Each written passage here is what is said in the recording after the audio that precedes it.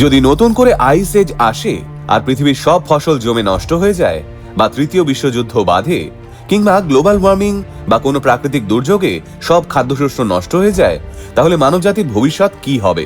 চিন্তা নেই, এই ভয়ঙ্কর পরিস্থিতির মোকাবিলার জন্যই তৈরি হয়েছে নরওয়ের সালবার্ড গ্লোবাল সিড ভল্ট।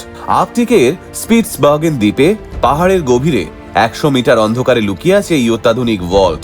2008 সালে খোলা এই ডুমসডে ভল্টে -18 ডিগ্রি তাপমাত্রায় সংরক্ষিত আছে বিশ্বের 13 লক্ষেরও বেশি বীজের নমুনা, প্রায় সব দেশ থেকে। ভারতও 2014 সালে চুক্তিবদ্ধ হয়ে প্রায় 10,000 ভারতীয় বীজ, যার মধ্যে ধান, গম এবং গাজরের বিভিন্ন প্রজাতির বীজ এই ভল্টে সংগ্রহ করে রেখেছে। এখানে ফসলের জেনেটিক বৈচিত্র্যের ব্যাকআপ রাখা হয়, যাতে কোনো দুর্যোগে হারিয়ে গেলেও আবারও চাষ শুরু করা যায়। 2025 সালেও হাজার হাজার নতুন বীজ জমা পড়েছে, যেমন আফ্রিকান গাছের বীজ সহ বিভিন্ন প্রজাতি। এই ভল্ট তৈরি হয়েছে নরওয়ে সরকার, নরজেন ও ক্রপ ট্রাস্টের যৌথ উদ্যোগে। এটা গোটা মানবজাতির খাদ্য নিরাপত্তার লাইফ ইন্স্যুরেন্স। আপনি কি এই ভল্টের কথা আগে থেকে জানতেন? কমেন্টে জানাতে ভুলবেন না কিন্তু।